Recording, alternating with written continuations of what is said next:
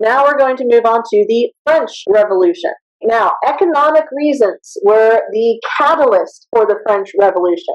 This is more important than anything else. This was the main cause of this revolution. How do wars relate to economics? Well, yeah, they're very expensive. Expansion is expensive. Louis XIV ruled for 72 years, and he was constantly at war. His successors, like Louis XVI, were also pouring a lot of money into wars. Louis XVI got involved in the French and Indian War and lost some territory in North America as well. He got involved in the American Revolution and won, but still cost a lot of money. Win or lose, you're still going to have to put a lot of funding into these wars. They're also going to be overspending. They're spending more than they are making, which obviously is going to be a problem. So when the kings weren't spending money on wars, what else were they spending a ton of money on?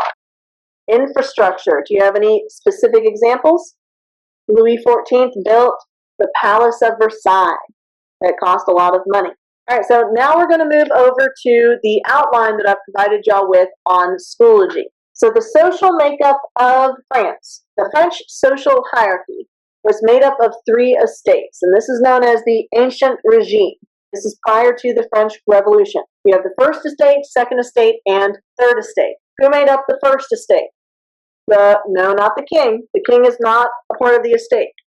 No, not the nobles. The clergy. Good. The religious class within France. The clergy made up about 1% of the French population. And as members of a religion, which religion did they follow? What was the main religion of France? Roman Catholicism, exactly. They were a part of the Gallican Church. Remember that absolute monarchies tend to pair up with Catholicism. The church and the state support each other. And we're going to see that in the French Revolution as well, with the Catholic Church condemning the French Revolution. The second estate was made up of the nobility. Within the nobility, there were 2 types. You had old money, the nobles of the sword, who had aristocratic titles passed down throughout generations. And then you had the nobles of the road. These are the new nobles. Y'all may remember that with the establishment of the Bourbon dynasty with Henry of Navarre, or Henry IV, he started selling noble titles in order to raise money. Now, why would people buy noble titles? Why would they want to be a part of the second estate? So they don't have to pay tax. Exactly right. So they don't have to pay taxes. The first estate doesn't pay taxes. The second estate doesn't pay taxes. Who does that leave paying taxes?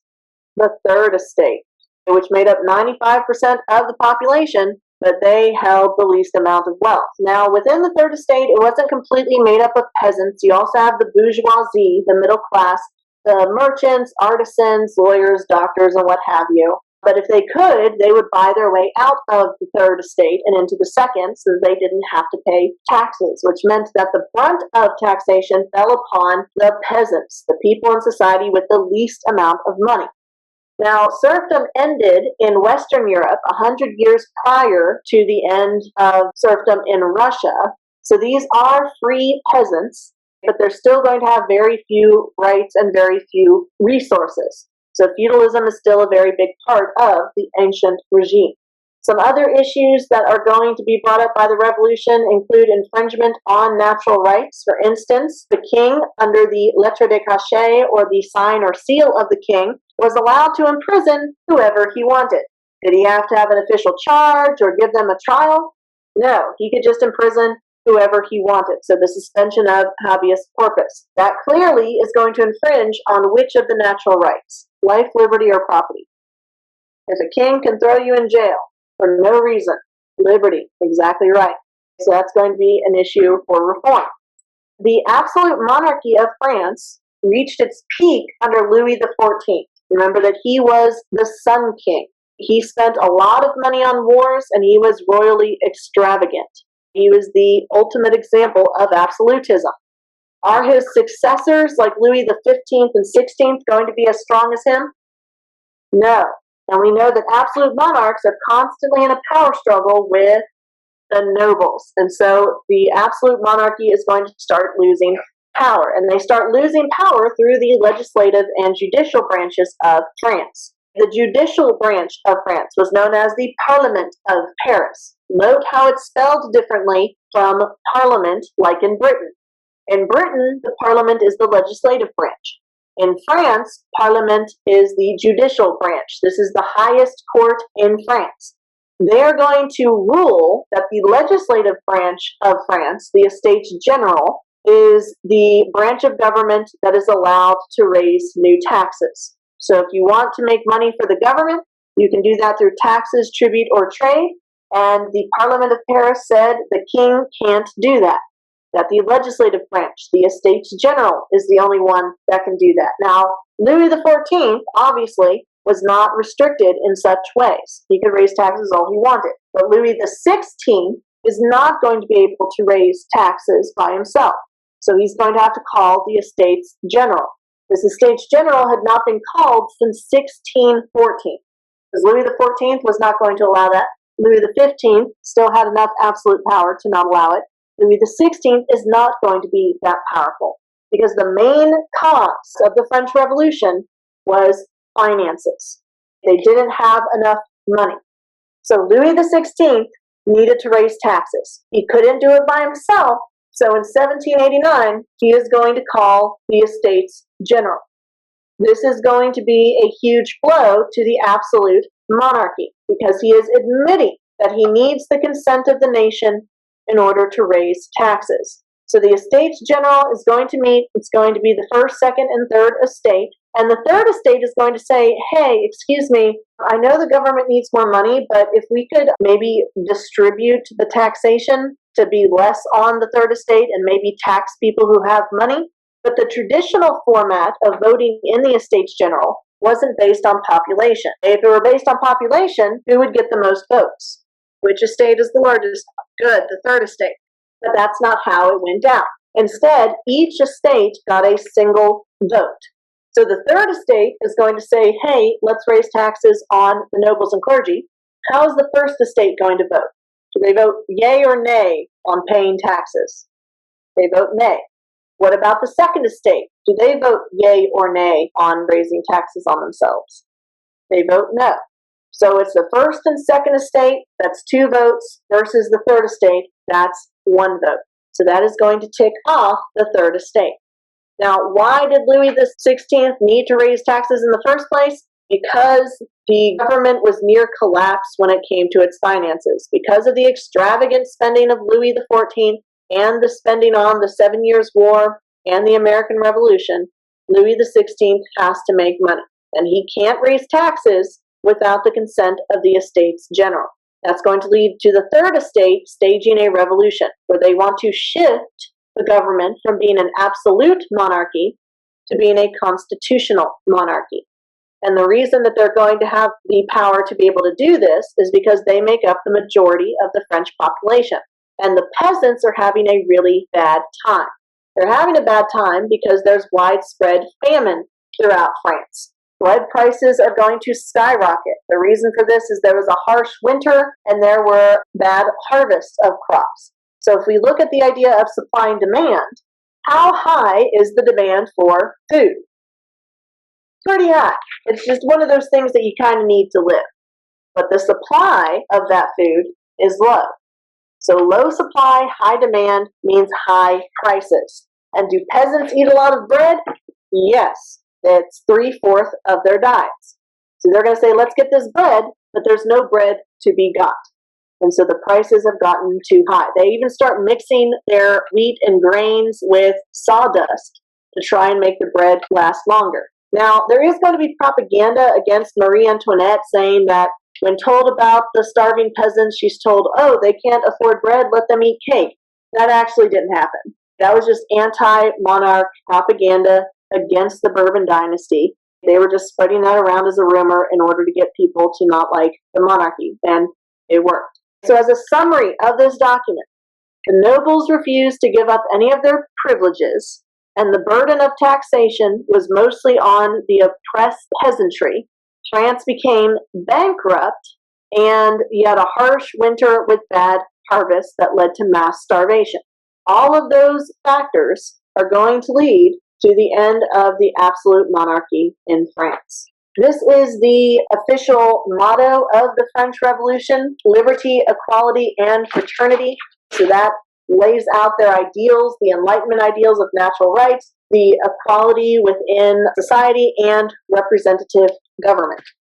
Here's a review of the three estates. First is clergy, they pay no taxes. Second is nobles, they pay no taxes. What privileges or exemptions do the third estate get? Nothing. They pay all of the taxes. You have the church tax. You have tariffs on trade.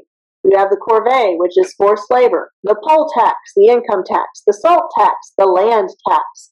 So they are overly taxed. In this document, we see a representation of the inequalities in French society. Why do I say that? How does this document represent French society? They're writing on the back. Exactly right. The third estate is carrying the first and the second estate. Which estate is represented here by this guy? The clergy. Do we know why? He's wearing a cross. This represents the noble. Look at how fancy he's looking with French passion. Okay, but you're exactly right that this is the third estate.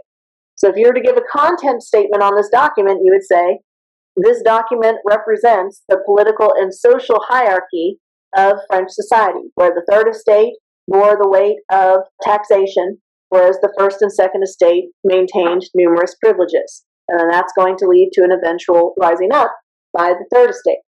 So when the Estates General is called, the third estate says, hey guys, what if we all meet together and we base our vote on population? Like, just spitballing here, first estate gets 300 votes, second estate gets 300, and the third estate gets 648 because we have more people. If this was the voting system in the Estates General, then who would end up winning? Who would end up having the most votes? The third estate. Even if the first and second estate voted together with all 600 of their members, the third estate would still have 48 additional votes. Now, did the first and second estate allow this voting system? No. They said, no, we're going to stick to the 1, 1, and 1. So it can be 2 versus 1. And that is going to tick off the third estate. They're going to demand that they're given more representation. So these ticked off third estaters are going to meet in the Palace of Versailles on a tennis court, and they're going to refuse to disband until the absolute monarchy is changed into a constitutional monarchy. Are they calling for the execution of the king? No. These are the moderates. If you look back at our chart, they just want a constitution. They just want more representation. You don't get the execution of the monarchs until you get into the reign of terror, when the radicals take over. So they're just saying, hey, king, we don't want an absolute ruler anymore. We want representative government. And so they are going to issue the Declaration of the Rights of Man and Citizen. This is going to be adopted on France's Independence Day, Bastille Day, in July 14th. In this constitution, they are going to establish a constitutional monarchy, and they are going to end feudalism. And this is going to be condemned by the Pope. Why does the Pope condemn this constitution? It reduces church power. We know that absolute monarchs and the church work side by side. Absolute monarchies are often upheld by the Catholic Church. And so the Catholic Church is going to condemn this constitutional monarchy. In order to force through this constitution, there's going to be a physical revolt with the mobbing of the Bastille prison. So a French mob in Paris storms this prison, frees prisoners, and they get gunpowder weapons. So this is going to scare the government. This is going to say, hey, King Louis XVI, you don't have absolute power. You need to listen to what we say. So he is going to be forced to accept this constitution. So Paris, the capital of France, becomes the epicenter or the center of the French Revolution. Now, in this Declaration of the Rights of Man, it is going to protect your natural rights and proclaim that all men are free and equal in rights. This sounds a lot like the American Constitution, where it says all men are created equal. Who does this leave out? All men are created equal. It leaves out women. So Olympe de Gouges, a French woman, is going to write the Declaration of the Rights of Women, saying that women should have the same rights as men in France. Now, women's rights under Napoleon are actually going to decrease because he sees women as basically incubators for babies. So we're still going to see this continuation of the patriarchy despite these Enlightenment ideals. Now, in addition to instituting a constitution protecting natural rights, the new government is going to try to restrain the church.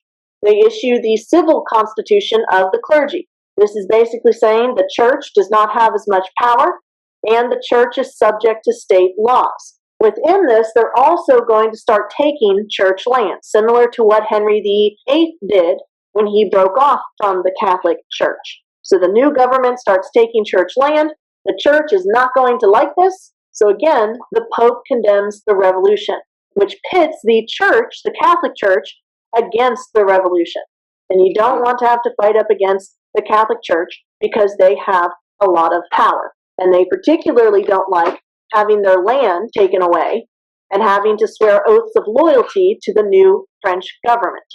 Remember, the Catholic Church also, under the Pope, would pick their own clergy. They would pick their own cardinals. They would pick their own bishops. That's going to change in France. Now they're going to be elected by the people.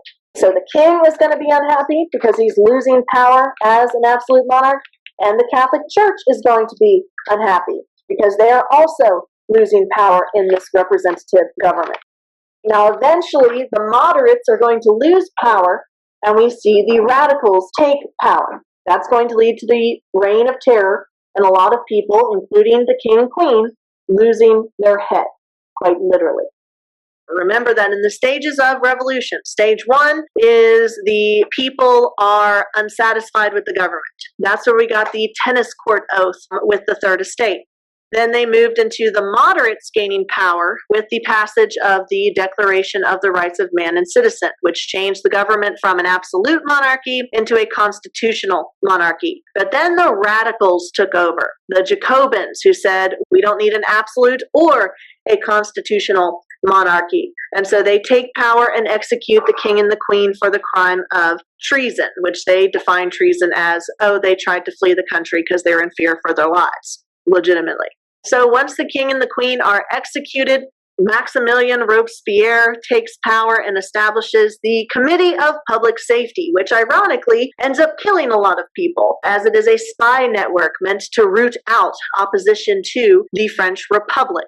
So they no longer have a king or a queen in charge. And Robespierre gets really weird. Like, he does things like changes the names of the months of the year. Like July becomes Thermidor because Thermidor means heat. He gets rid of religion, and instead they revere the cult of the supreme being, where science and reason basically becomes a religion. So things get just a little bit off. Like, the vibes are definitely off.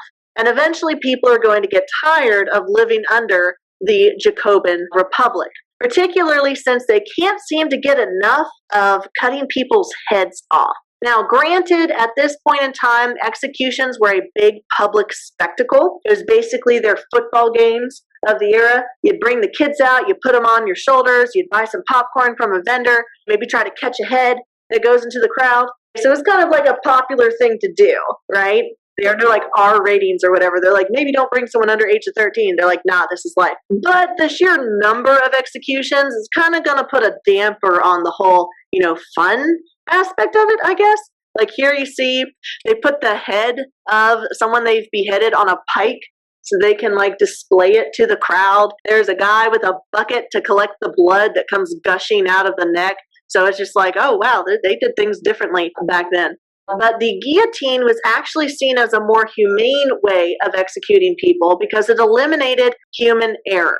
If you're an executioner and you're using an axe, right, eventually your arms are going to get tired. You're probably going to miss the neck a couple of times and get somebody in the spine. It's not a good look.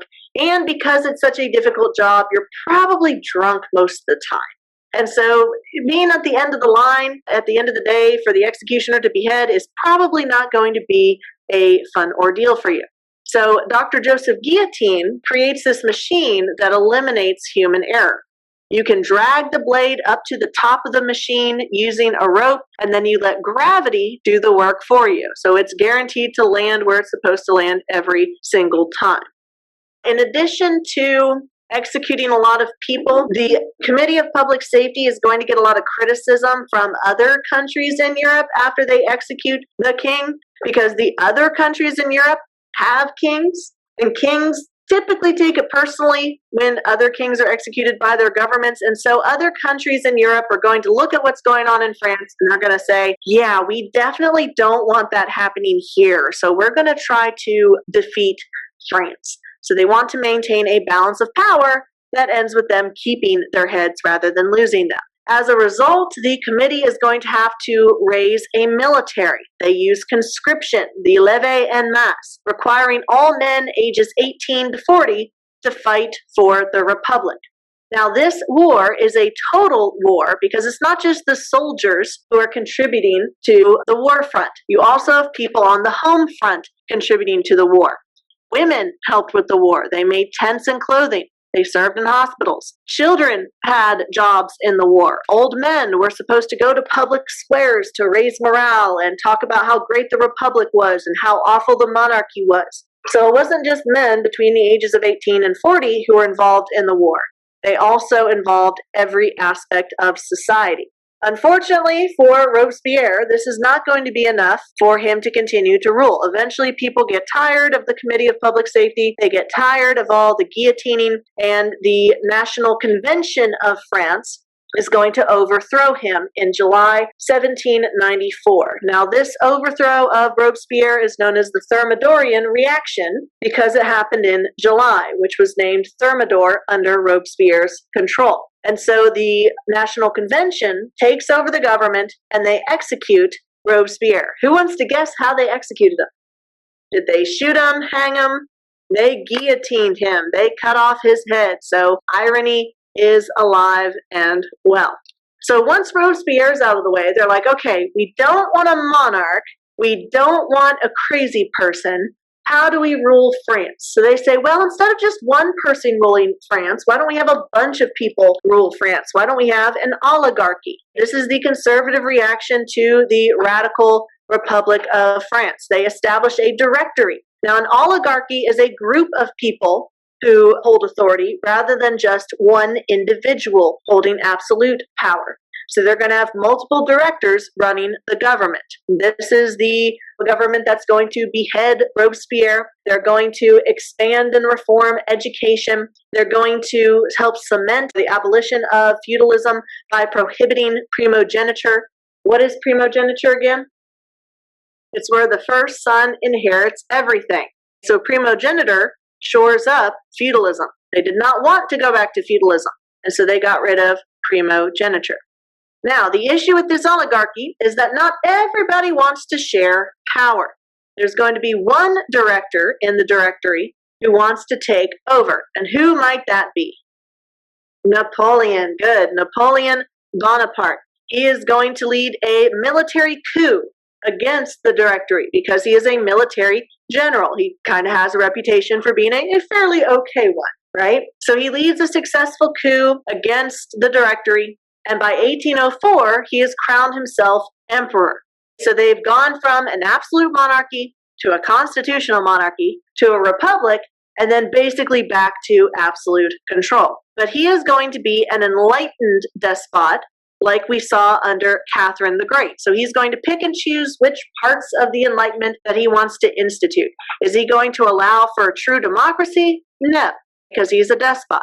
But he is going to be progressive in some areas. For instance, he is going to make the tax burden more equal, which is a pretty good move considering that it is the biggest cause of the French Revolution. Why did the French Revolution occur? Because the Third Estate paid all the taxes, and they didn't want to do that anymore. And so he tries to undermine any revolutions against his rule by eliminating that issue, making taxation more representative of the population. Like other great rulers throughout history, he's also going to codify the legal system. We've seen this with Justinian the Great, with the Justinian's Code, or Corpus Iuris Juris. We've seen this with Russia, with the Raskaya Pravda. We've seen this with the Ottoman Empire, with Suleiman the Magnificent being the lawgiver.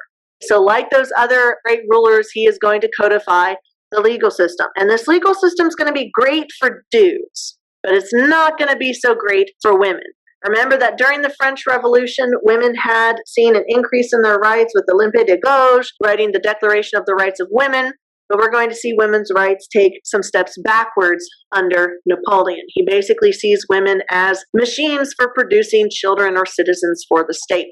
He is going to expand the public school system, like with Catherine the Great expanding education to women. So that's another example of him being an enlightened despot. Y'all may see a change over time here. Back in period 2, were a lot of people educated? No, they were not. Why weren't a lot of people between 1450 and 1750 educated? What was the barrier? It was expensive. Education was expensive. But then, with the invention of the Gutenberg printing press and the expansion of education, like the public school system, now we finally have education within reach for the lower classes.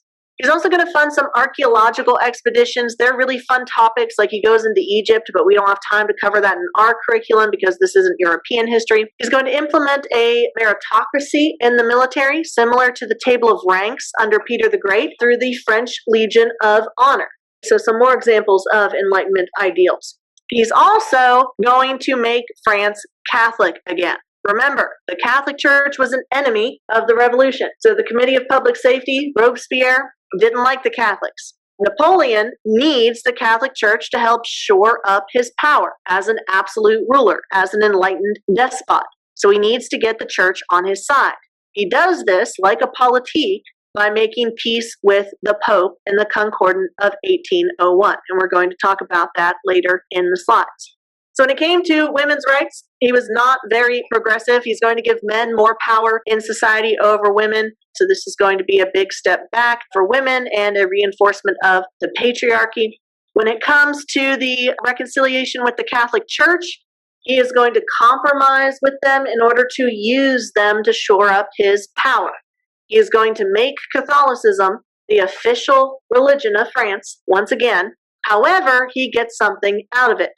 He gets to appoint the clergy in France. This is similar to when Henry VIII was allowed to appoint clergy in the Catholic Church prior to breaking from the Catholic Church and creating the Anglican Church. So this is combining the church and the state, but it's giving more power to Napoleon because he can put people he wants into the church hierarchy rather than the Pope being able to pick who goes into the church hierarchy. So he gets to surround himself with yes men. So far, it looks like everything's going great for Napoleon. He leads a successful military coup. He crowns himself emperor, but he is going to run into some problems in that as he tries to conquer all of Europe, there are going to be some countries in Europe who don't want to be conquered. They do not like the fact that he is about to take over the entire continent. And remember, we don't fight wars over religion anymore. We fight wars over balance of power. Exactly right. So the balance of power is thrown out of whack by Napoleon. So this is going to lead to a coalition, an alliance of countries trying to take him down. The problems that he had with his rule is that he made two critical mistakes in trying to dominate the world. If y'all are ever trying world domination, first of all, remember me kindly. Please don't throw me into a prison or something. And then second of all, there are two things you need to know in order to be successful. Number one, when trying to conquer the world, do not fight a two-front war. Why are two-front wars bad? Exactly right. You have to split up your resources. If I were going to fight something or someone, I would want to be able to focus my attention on one enemy at a time so I can disperse my resources more effectively. It's kind of like that question, would you rather fight one horse-sized duck or 100 duck-sized horses? It's like, well, I mean, that's a lot of horses for you to fight. Second, he is going to invade Russia in the winter. That is never a good look.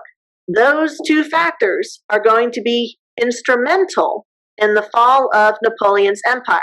It's also going to be instrumental in the fall of the Nazi regime. Hitler makes the same mistakes militarily that Napoleon makes. He fights a two-front war, one in the east against Russia and one in the west against France, and he invades Russia in the winter. So please don't repeat the mistakes of history. So how did he end up fighting a two-front war, and how did he end up invading Russia? Well, first off, he had staged a peninsular campaign where he wanted to invade the Iberian Peninsula. Now, how this worked was he first wanted to invade Portugal. Well, if he wants to invade Portugal, first he has to go through Spain because Spain and Portugal are part of the Iberian Peninsula. So he hits up Spain and he's like, hey, bro, I want to invade Portugal. In order to get there, I kind of sort of have to go through your country, but I promise that I'm not going to invade you. Just let my military pass through so I can invade Portugal. And Spain's like, okay, bet. So Napoleon and his army go through Spain, they conquer Portugal, and then he turns around and says, psych, I'm invading Spain now. So that is his peninsular campaign. He doesn't just want Portugal, he also wants Spain. Really, he wants all of Europe. The other European countries are going to have a problem with that. How does Russia get involved?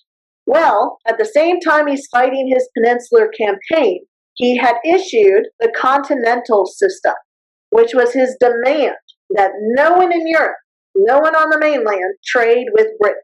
He tried to enforce an embargo on Great Britain, an embargo meaning a banning of trade. Now, Russia couldn't stop trading with Britain. It would have hurt their economy too much. It would have been devastating. So they ignore Napoleon and continue to trade with Britain against his wishes. So he gets ticked off and he says, I'm going to go kick their butts. So while he is fighting Spain, he is going to send his grand army east into Russia, thus starting a two-front war. Never a good idea. He also doesn't plan well for the war when it comes to supplies and provisions. So he's going to end up stranded, basically, in Russia without enough supplies to feed his army. This is going to be a devastating loss in 1812. So to show how devastating that loss to Russia was, this is a map. Now, I know it doesn't look like a map, because you're like, where are the countries, right? But this is a map of the military movement and the size of the Grand Army, which was the French army. Starting over here in France, this yellow represents a lot of army, almost 500,000 people in that army. As they start marching east, however, we see this line begins to get skinnier and skinnier. Now, some of it's just they're leaving some troops behind to protect the supply line. Okay, so they can continue to receive provisions from France. But eventually, they're going to come into conflict with Russian troops. Now, what they don't expect is the Russian army to keep retreating. Now, when Napoleon sees the Russian army retreating, what's his response going to be? Yeah, keep going. Keep following them. But as they follow the Russian army further back into Russia, they notice that the Russian army follows a scorched earth policy. This scorched earth policy is where the Russians, as they retreat, are going to set everything on fire. They are burning their own farms, their own crops, their own bridges, their own infrastructure. Now, why are the Russians setting themselves on fire? Exactly right. Napoleon assumed, because in previous wars he had done this, that as he moved further into the territory he wanted to conquer, he could just pilfer the resources in that territory. Stop at a random farm, get some of their crops, feed the army, go have you, so then you don't have to carry as many supplies. What he didn't account for was the Russians figuring out that that's what he was going to do. So the Russians set their own stuff on fire to stop the French from using it for themselves. So as Napoleon moves further and further into Russia, his army starts to starve to death. Then winter hits and they start to freeze to death, all while the Russian army is still blitzing them. So as they move further into Russia, they're starving, they're freezing, they're losing, they're eating their own horses, but Napoleon keeps going. Because he tells himself, if I can just get to Moscow, then Russia will surrender and I will be victorious. So he gets to Moscow and he's like, okay, we're going to recoup there. We're going to get food. We're going to get shelter, all of this. Well, when they get to Moscow, they find that it is on fire and there's no Russians. So the Russians literally deserted one of their capitals and set it on fire to spite the French. So Napoleon and his army settle down in Moscow and he's like, okay, I'm going to write a letter to the Tsar and say, surrender because I have your capital. And the Tsar leaves him on red. So eventually, Napoleon's just like, okay, I guess I'll go home. So he takes what remains of his army. And look, by the time they got to Moscow, this is a really skinny gold line. Started here, big thick line. Now we're at the skinny line. So this line in black demonstrates the march back to France. And we're going to see, predictably, that due to the elements and the lack of provisions, it is going to get smaller and smaller and smaller until finally, this is all that's left of the Grand Army. You go from this big thick line of gold to this itty bitty little line of what's left. Devastating blow to Napoleon. And it also shows the coalition that is formed against him that he can be defeated. So after 1812, in 1814, the Allied coalition of Austria and Prussia, which Prussia is what is going to become Germany in the 1800s, and Great Britain, the country that Napoleon tried to embargo, are going to defeat, finally, Napoleon. Now, once they defeat him, they don't want to kill him because he's still, like, super popular. So they're just like, okay, we've got to get rid of him. Let's give him an island. We're going to put him on the island of Elba and say, look, stay here on this island, do whatever you want. You're not in prison, but you can't come home. Do not come to Europe, so help me God. Well, if you've almost conquered an entire continent and been an emperor, are you going to be satisfied with a dinky little island? Nope. So guess what Napoleon does? He comes back to Europe, lands in Italy. The coalition finds out, oh snap, he's back. So they send an army. They send an army against one guy to capture him because he broke the rules. Y'all, no lie. Napoleon convinces the army that was sent to capture him to fight for him.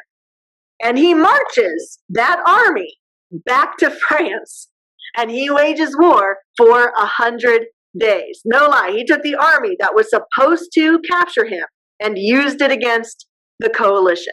Unfortunately for Napoleon, at the end of that 100 days, he is still not going to be successful. Once again, the coalition succeeds in defeating him. And this time, they're not going to give him a nice, pretty island and just hope he stays away. They're going to imprison him on the island of St. Helena to make sure that he can never come back.